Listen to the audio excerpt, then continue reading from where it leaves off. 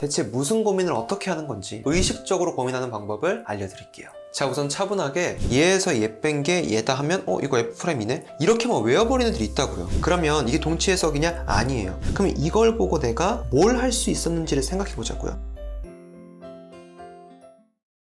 네, 다시 만나게 되어서 매우 반갑습니다. 저는 신선입니다. 분명히 약속드리겠습니다. 여러분은 이 영상 하나로 총 3가지를 얻어가실 수 있을 거예요. 첫 번째로는 본인이 하고 있는 잘못된 공부법을 걸러낼 수 있습니다. 두 번째로 문제를 푸는 과정에 개념학습이 얼마나 중요한지 알게 될 겁니다. 세 번째로 문제를 풀 때 일관된 풀이의 알고리즘을 얻게 될 겁니다. 네, 여러분은 혹시 문제를 풀다가 이거 어디서 봤는데? 라면서 과거에 풀었던 경험을 떠올리려 했던 적은 있지 않으세요? 스스로 문제를 풀 때 풀이 방법이 다 생각나는데 대체 그때 어떻게 해야 되는 건지, 이 생각하고 고민하면서 풀어야 된다고 하는데 대체 무슨 고민을 어떻게 하는 건지, 그래서 오늘은 문제를 풀기 전에 갖춰야 할 기본적인 마인드와 태도를 알려드리고, 극상위권 아이들이 당연하게 생각하고 사고하는 것을 스스로 의식하면서 문제를 풀 수 있도록 만들어 드릴 거예요. 자, 한번 집중해 봅시다. 오늘 설명드릴 목차는 다음과 같습니다. 첫 번째로 잘못하고 있는 공부 방법 깨닫기. 두 번째로 문제 풀기 전 마인드 세팅하기. 세 번째로 문제를 풀 때 정확하게 푸는 과정의 단계와 프로세스를 이해하기. 네 번째로 문제풀이 예제를 통해서 개념학습의 중요성 깨닫기. 마지막 5번째로 문제풀이 시뮬레이션 확인하기.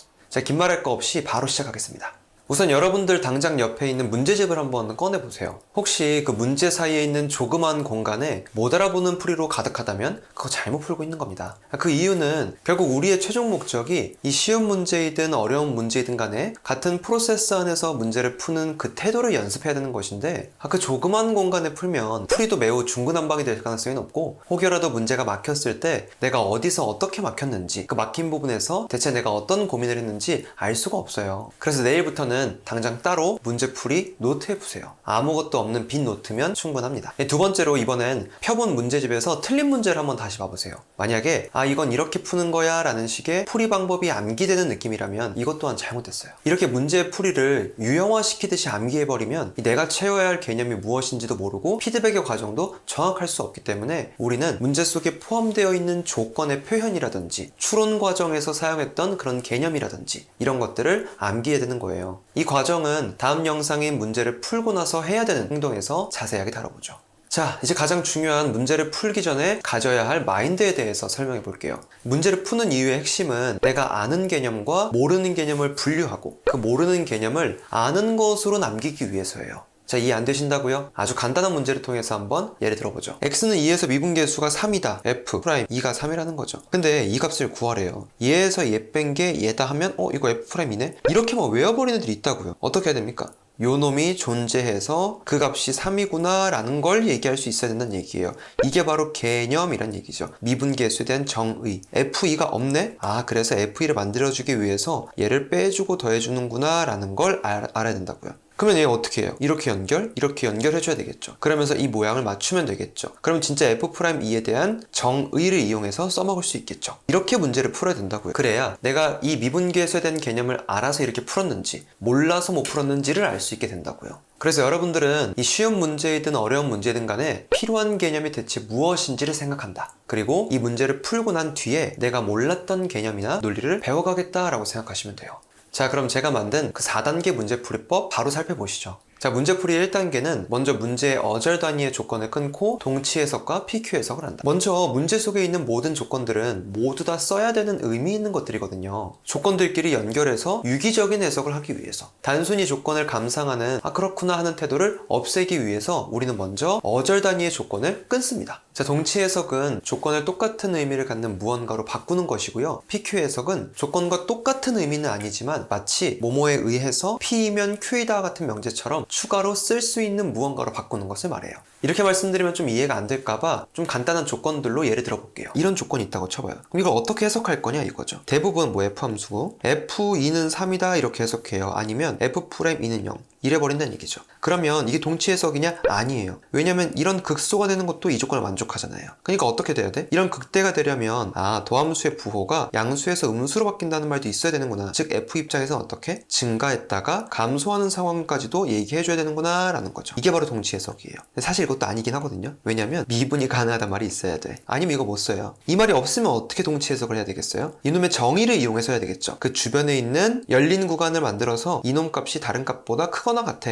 그래서 F3이 Fx보단 크거나 같아 라는 거, 이런 것들을 쓰는 거예요. 그럼 PQ 해석은 뭐냐? 이런 조건이 나왔어요. 이거 어떻게 해석할 거냐 이거야. 3차 함수는 미분이 가능하니까 F'이라는 도함수의 부호가 어떻게 돼야 돼요? 0보다 크거나 같다라고 해야 돼요. 모든 x에 대해서. 얘가 된다고 하면 무조건 얘냐라고 물어봤을 때 이게 아니란 말이지. 왜냐면 이런 함수들도 F'이 0보다 크거나 같다라고 얘기할 수 있거든요. 그러니까 이건 P이면 Q이다의 느낌으로 해석되는 거니까 이건 PQ 해석이라고 해요. 아니면 모든 x에 대해서 만족하는 항등식이 주어졌다라고 생각해봐요. 얘가 P이면 Q이다처럼 어떻게 해석을 할 수 있겠지? 어떤 적절한 x값을 대입할 수도 있겠네. 만약에 fx가 다항함수라면 얘 fx에 대한 차수와 개수를 모르니까 이놈들을 결정할 생각을 해줘야겠네. 아니 미분이 가능하다면 미분도 해볼 수 있겠는데? 연속이라고 한다면 적분도 해볼까? 뭐 이런 식으로 해석할 수 있겠죠. 이것이 된다고 하면 이렇게 해석할 수 있다라고 해서 P면 Q이다 느낌으로 PQ 해석을 이해해주면 될 것 같아요. 사실은 굳이 이 해석의 방향을 구분할 필요가 없는데 우리는 해석을 무슨 음식 편식하듯이 대충 어디서 본 것들만 골라서 하는 경향이 있단 말이에요. 그래서 최대한 할 수 있는 모든 해석을 해보라는 의미에서 먼저 구분하고 설명했습니다. 우리 문제를 통해서 한번 살펴보면 좀 이해가 될까? 한번 볼까요 한번? 자, 요 2번 문제 한번 보죠. 이 조건을 끊어볼 거예요. 이거 1번이라고 적어볼게요. 그러면 이 fx는 뭐라고 쓸 수 있죠? 1번은 x세제곱 어쩌고 쓸 수 있겠죠. 그 다음 f1의 최소값을 구해라. 이거 2번이라고 적어볼게요. 그럼 f1의 최소값을 어떻게 구하는 거지? 보통 어떻게 되냐면 fx가 여러 개가 나오는 경우가 많아요. 아니면 f1의 값이 어떤 미지수 하나로 표현돼. 그래놓고 그 미지수가 어떠한 범위로 나와요. 그러면 최대값을 혹은 최소값을 구할 수 있을 거예요. 자, 그 다음에 세 번째 조건은 또 어떻게 해석되냐면 f0은 1이네요. 아, 그럼 fx가 x세제곱 더하기 ax제곱 더하기 bx 더하기 1 이 정도로 쓸 수 있겠네. 자, 그럼 모든 실수 x에 대해서 이렇게 된다라고 하는 놈을 4번 조건이라고 써볼게요. 아, 그럼 이거는 x는 마이너스 1에서 f'x가 뭐다? 아, 최소겠는데? 라고 해석할 수 있겠죠. 동치 해석이에요, 이거. 얘가 최소라고 하면 이거 지금 표현할 수 있거든요, 지금. 그러면 마지막 5번째 조건 갑시다. 이거 정의에 입각해서 동치 해석하면 어떻게 돼요? 그거 증가함수요.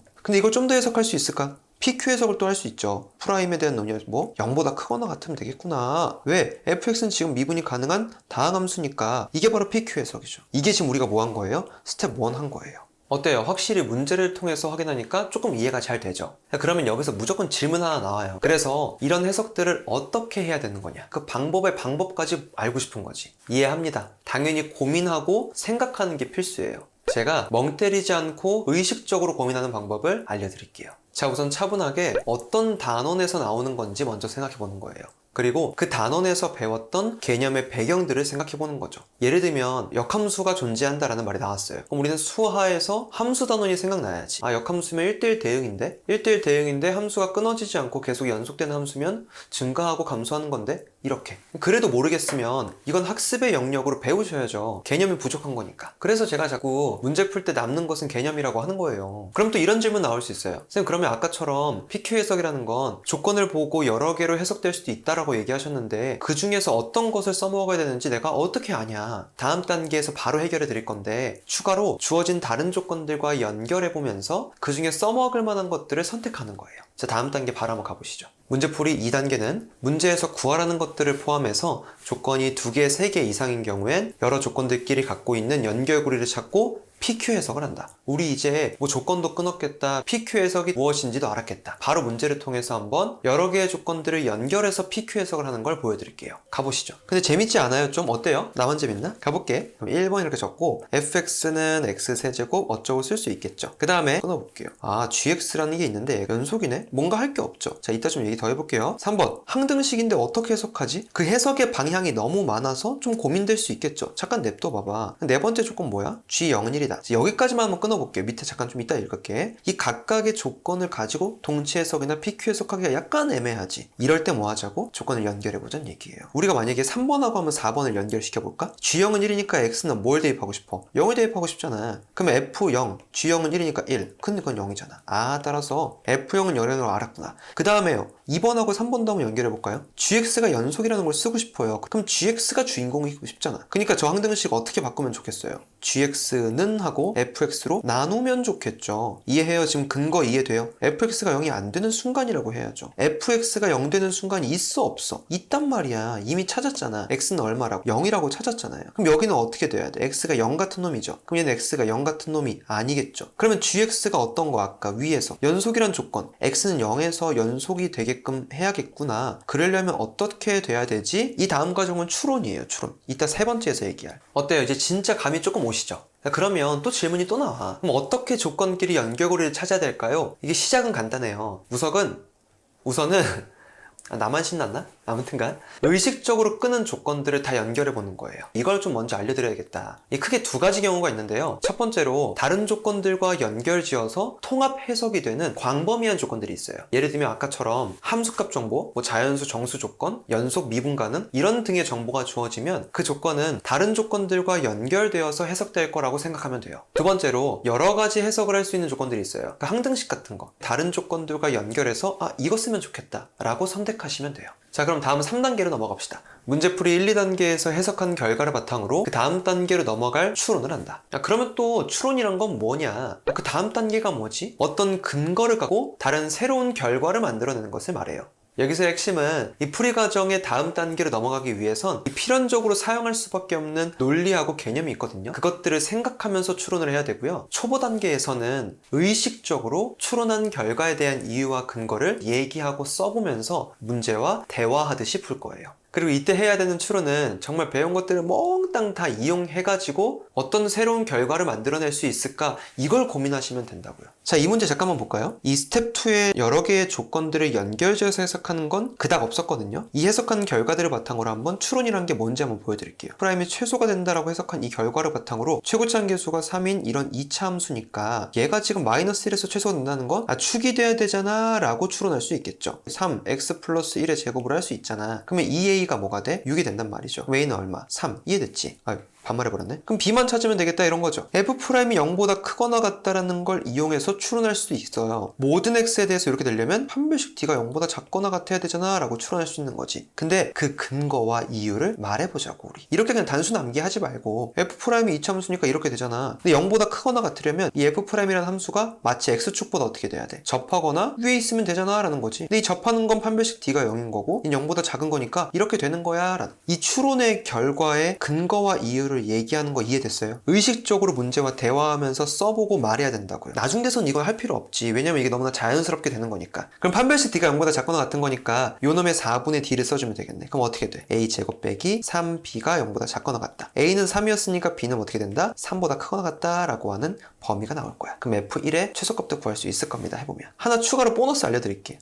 재밌으니까. 요 놈의 최소값이 된다라는 거랑 얘를 연결해서 또 추론할 수 있어. 요 놈의 최소값이 x는 마이너스 1이었잖아요. 그러면 그 놈 또한 뭐가 돼야 돼? 0보다 크거나 같아야겠죠. 그러니까 이 둘을 연결해서 요 놈이 그냥 0보다 크거나 같으면 되겠구나 라는 f'-1은 얼마였어? 3 빼기 2a 더하기 b였던 거지. 그러니까 b 빼기 3이 그냥 0보다 크거나 같다 해도 똑같은 결과를 만들어내지. 이해되셨어요? 이렇게 추론하는 거? 이렇게 하면 여러분이 평소 궁금해하던 문제를 풀면서 풀이 방법이 생각났던 상황들도 다 해결될 거야. 그러니까 너가 본인이 단순 암기했던 문제들을 걸러내고 모든 추론의 근거를 말할 수 있는 진짜 수학적 사고력이 생기는 거야. 알겠죠? 마지막 단계는 풀이를 끝내고 나서 풀이 과정에서 추론할 때 필연적으로 사용한 개념과 논리를 적어본다. 이걸 해야 문제를 통해 개념이 남게 된다는 것을 다시 한 번 더 의식할 수 있어요. 자, 아까 우리 풀었던 걸로 잠깐 다시 볼까요? 그래서 저 같으면 f'에 대한 x값이 얼마일 때 최소를 갖는다고 하면 축의 위치가 되고 완전제곱식을 쓰거나 나중에 미분 배우면 미분할 수도 있죠. 그 다음에 또 어떤 거? f'이 2차 식이었을 때 얘가 모든 x에 대해서 0보다 크거나 같으면 판별식을 쓸 수 있었구나. 근데 그 과정에서 이런 함수의 모양이기 때문에 됐던 거야 라고 저는 두 개를 쓸 것 같아요. 이해되셨어요? 제발 1단계에서부터 4단계까지 본인이 한 번만 해봐요. 그럼 진짜 100% 다 이해됩니다.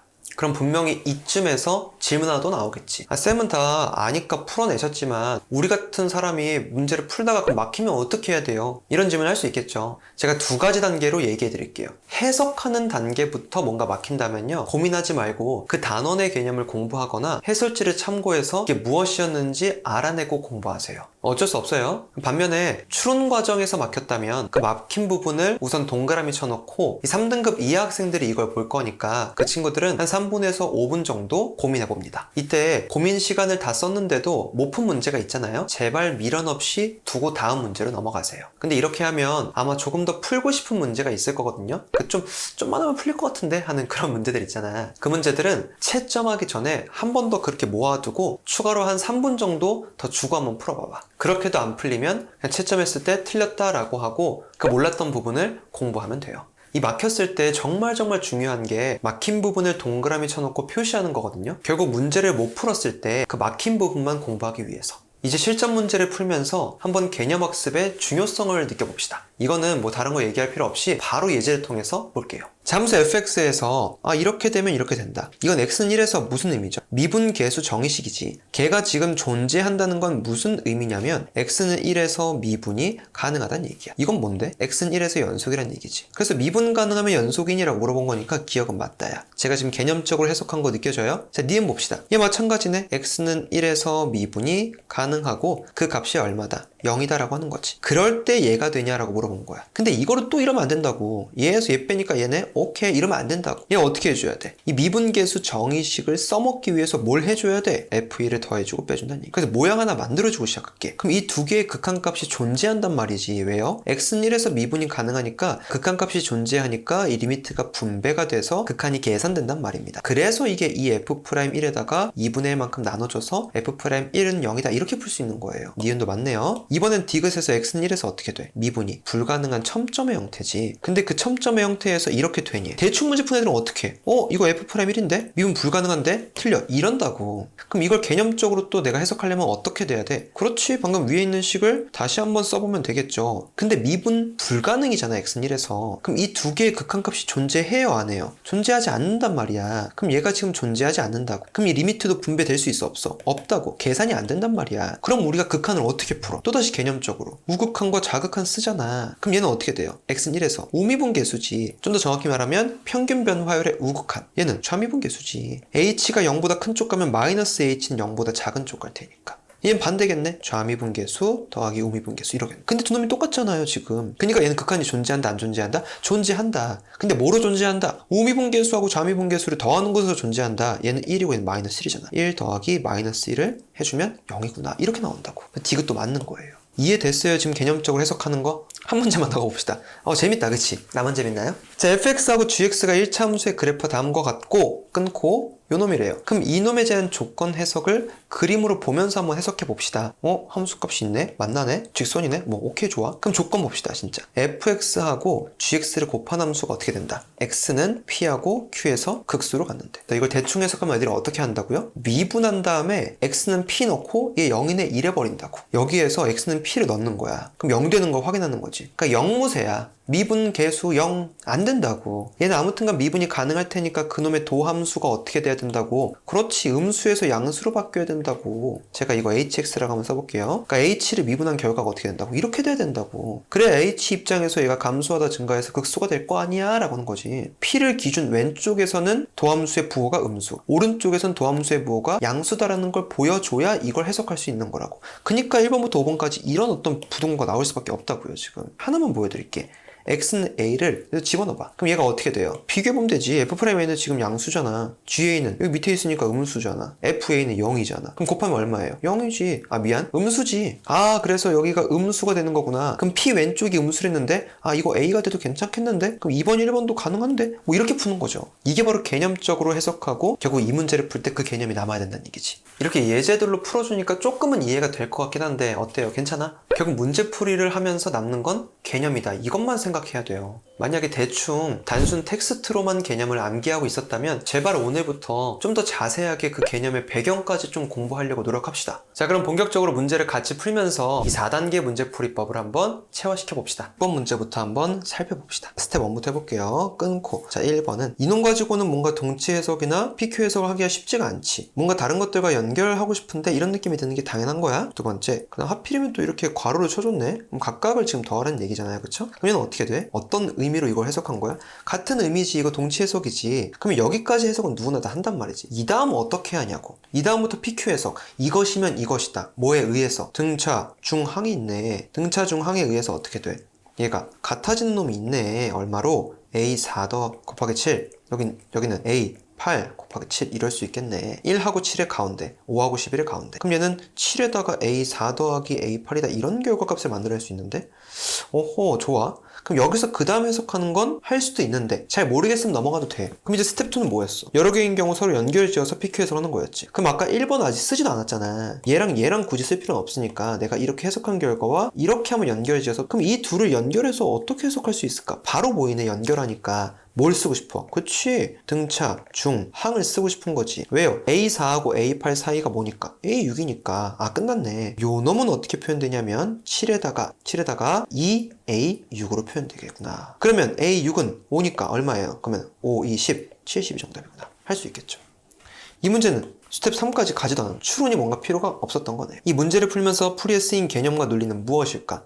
등차 중앙에 의해서 이렇게 바뀔 수 있겠구나. 이런 것들이 되겠지, 이 문제는. 하나만 더 볼까? 자, 7번 가볼게요. 등차 수열이 첫째 항부터 스텝 1부터 갑니다. 첫째 항부터 n항까지 합을 SN이라고 했대. 자, 1번. 아직까지 해석할 게 없는 거야. 다른 것과 연결시키겠지. 자, 그 다음에 두 번째 A3은 40이다. 얘도 마찬가지잖아. 얘도 이 하나로는 뭔가 해석할 여지가 없이 다른 것과 연결될 것 같잖아. 염두하고 있으라고 스텝 2에서 하면 되니까. 자, 그 다음에 세 번째 뭐야? 자연수 K는 4 이상이다. 자, 그럼 네 번째. 자, 그럼 이 조건은 어떻게 해석할 수 있을까? 동치 해석, PQ 해석 뭐든 상관없어. 뭐에 의해서? 등차, 중, 항에 의해서 바뀌잖아. 이 A, K 빼기 이 가운데로. 아, 이렇게 내가 바꿔줄 수 있겠구나. 무언가 더 써먹을 수 있는 식으로 바꿔줄 수 있겠구나. 그럼 요 놈에서 그 다음은 모르겠어. 넘어가. 다섯 번째. 근데 요 놈을 내가 어떻게 해석할 수 있을까? 등차 수열의 합에 대한 생각을 하면 된다는 얘기지. 어떻게 해요? 2분의 그걸 첫째 항, 마지막 번째 항 곱하기 K로 등치 해석할 수 있겠지. 거기다가 이 K까지 어떻게 돼? 사라지겠네. 아, 그러니까 2분의 A1 더하기 AK는 K다라고 하는 해석 결과를 만들어냈네. 그럼 이제 스텝 2에서 어떻게 되면 돼? 이 1번, 2번 조건 아직 써보지도 않은 거랑 4번을 조건 해석해서 나온 결과, 5번 조건에서 나온 이 결과들을 사용해서 연결지어서 한번 PQ 해석을 좀 추가로 해보자고. 그럼 여기 다시 와서 얘를 A3은 40이랑 AK-2가 마이너스 10이라는 걸 연결하면 좀 더 지어보자는 얘기지. 그럼 어떻게 연결이 될까? 아, 얘가 뭐랑 똑같겠다? 2분의 A3하고 AK-랑 똑같겠구나. 왜? 얘는 A1은 A3 갈 때 2D만큼 더해지지만 얘는 2D만큼 빠지니까 똑같은 거 또이또이겠네 라고 할 수 있는 거지. 이 조건들을 연결해서 PQ 해석하는 거 이해됐어요 지금? 그럼 얘는 뭐에 의해서 되는 거예요? 등차 수열의 합의 대칭성에 의해서 얘가 똑같잖아 라고. 조금 더 부연 설명하자면 이거 1K 넘버링의 합, 3K-A 넘버링의 합 똑같으면 다 똑같다는 얘기지. 그러면은 얘는 2분의 30이고 15구나 하면 되겠죠. 이건 굳이 생각하면서 사고하는 추론이 굳이 필요 없네요. 자, 그럼 이 문제에서 풀이에 쓰인 개념과 논리는 뭐야? 그렇지, 등차 수열의 합의 뭐다? 대칭성을 이용해서 식을 바꿔줄 수 있었다. 그 다음에 등차 중 항에 의해서도 식을 간편하게 바꿀 수 있었다. 딱 이 두 가지 내용이 되겠지. 이걸 써주시면 돼요.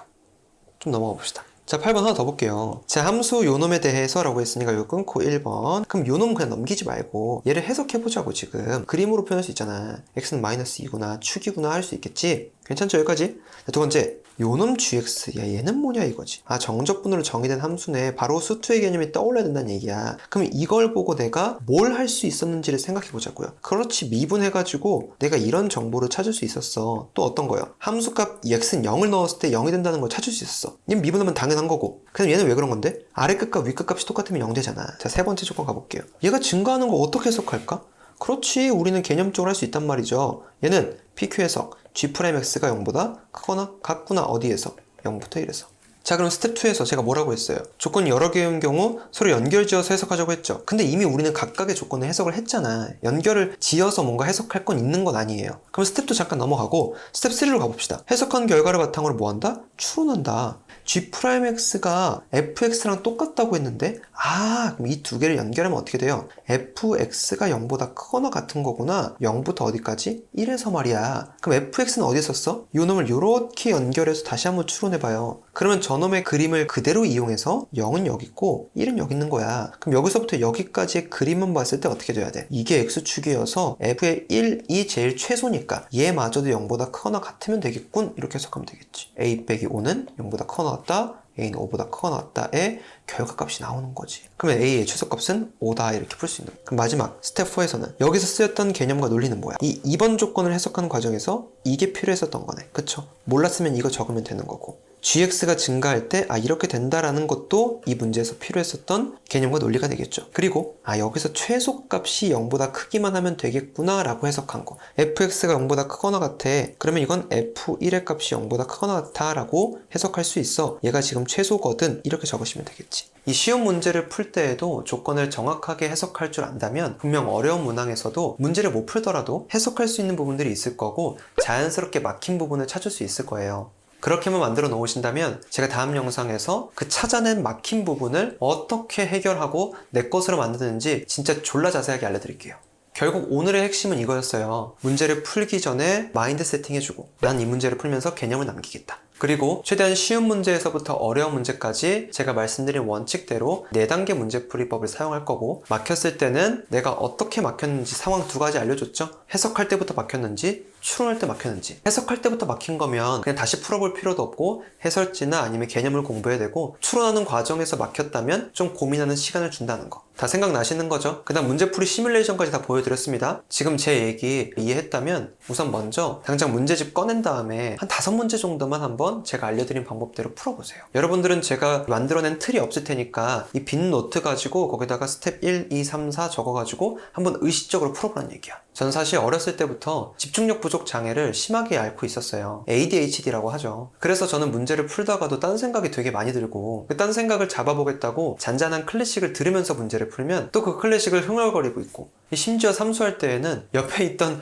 공시생 누나한테 너 좀 조용히 하라고 쪽지도 받았다니까. 그래서 저를 최대한 통제하고 집중하게 만들기 위해서 이런 4단계 문제풀이 과정도 만들어 본 거예요. 자, 이제 막힌 부분을 모두 찾았고 고민까지 해보고 문제를 제대로 풀어봤으니까 그 부분을 해결하고 내 것으로 만드는 과정이 어떻게 되는지 알아야겠죠. 그래서 다음 영상에서는 문제를 풀고 나서 해야 되는 행동에 대해서 또 제 스타일대로 자세하게 설명해 볼게요. 자, 그럼 여러분, 이 지루한 영상 끝까지 봐주셔서 너무 감사하고, 저 또한 휴강 기간에 뭔가 이렇게 오랜만에 수업한 것 같아서 정말 즐겁고 행복했습니다. 오늘 하루 공부하느라 너무 고생하셨고요. 우리는 다음 영상에서 또 찾아뵙겠습니다. 감사합니다.